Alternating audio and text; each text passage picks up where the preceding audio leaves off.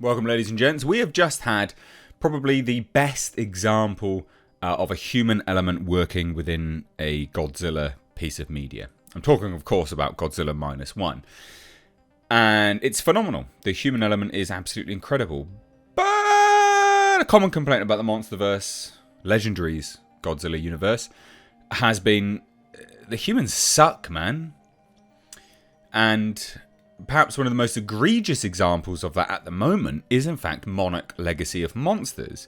Now, I've been reviewing Monarch Legacy of Monsters week on, week out, and I've got to say, they have awful characters in that. Now, Wyatt and Kurt Russell, their General Lee Shaw, is a fantastic character.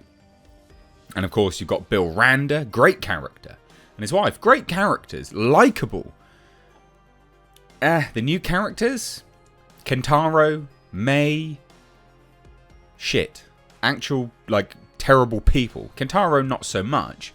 But May and his half-sister, Kentaro's half-sister, are terrible characters. Terrible people. Genuinely awful people. And yet now, Monarch Legacy of Monsters executive producer and director Matt Shakman has come out and disagreed that the Monsterverse's humans are lackluster. Well, you would say that, chap. Because you are now part of the problem in creating terrible characters for the Monsterverse. So, yeah, well done. But let's take a look. Hit subscribe if you're new here. And if you haven't seen Godzilla -1, please do. It's great. So a common criticism of Legendary Pictures' Monsterverse is its lack of strong and memorable human characters. True. And also just the fact that the humans are superfluous to everything. And their stories are not that interesting. You know? I mean, Bryan Cranston, what a great performance. You know, although he died pretty much instantaneously in Godzilla. Spoiler alert for a film from nearly 10 years ago now. So, yeah, not good. Not good at all. We want, a good story with humans. Now, some people don't want any humans at all. But I would argue that you need some human element in these Monsterverse movies to kind of carry it along. Now, they say this, that the good news on the front of monsters just slugging out, Legendary's Godzilla and Kong the New Empire, Adam Wingard said that, yeah, there's just loads of monster action, basically. And that the humans will probably be superfluous to that as well. But annoying. That's the thing, right? You can't inject humans and have them a main part of the story and have them annoying and superfluous. They have to at least be interesting. But of course, characterizations thus far have been pretty terrible. And Apple TV series Monarch Legacy of Monsters, they say here, this article, incredibly wrong by the way, they say that Monarch Legacy of Monsters is picking up the slack in adding depth to the individuals and families. They are, but they're terrible characters. The actual people in the story are awful. Genuinely awful. But anyway, Matt Shakman, he directed the first 2 episodes of Monarch Legacy of Monsters, was speaking to Discussing Film, and they asked him about the human characters in the shared universe he is now involved in. And Shakman begs to differ with all the harsh critics of, those awful bloody characters. I don't share that opinion about the Monsterverse movies, he said. Of course you wouldn't. So the executive producer pointed to the ensemble casts that the Monsterverse is used to by now, saying, I mean, if you just think about Kong Skull Island, Samuel L. Jackson, John Goodman, John C. Reilly, Brie Larson, Tom Hiddleston, there are incredible characters in that movie, and they're very memorable, and their stories are unique. Yes, but then you've had subsequently 2 movies with just bloody awful characters that no one could give a shit about. And now you've just given us a series with awful characters that no one could give a shit about. Well done. To Shakman, the human perspective should serve the scale of the monsters. He says, and I quote, one of the things that was most important for us was that when we were doing monster action, it was from the point of view of the humans, that we were telling the story from ground level. We were not flying high in the sky at Godzilla level, which is where I think a lot of the movies exist.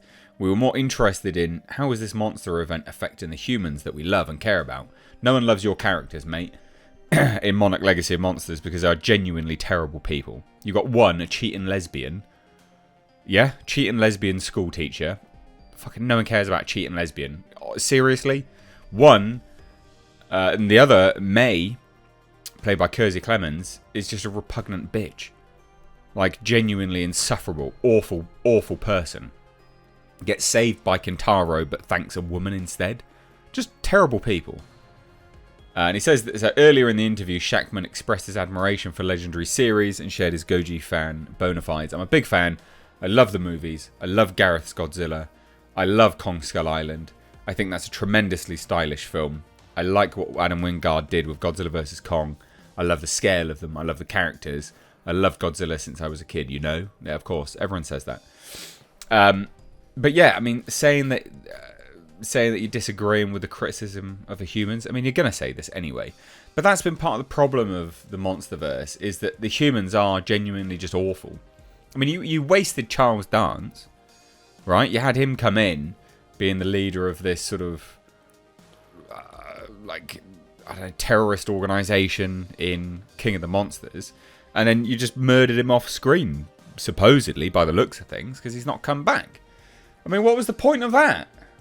You could have gone somewhere with this sort of character pulling the strings of kaiju behind the scenes. Bloody terrible. And it's really rich that this director, Matt Shackman, who I think he wrote some of this stuff as well, has come out and defended humans. Because you've given us some of the worst human characters ever in all of the Monsterverse. Your characters suck donkey dong, mate. They're bloody terrible. Actually terrible. So, yeah, I mean, look, it is what it is. But, hey, I thought this was funny. I thought you'd enjoy it anyway.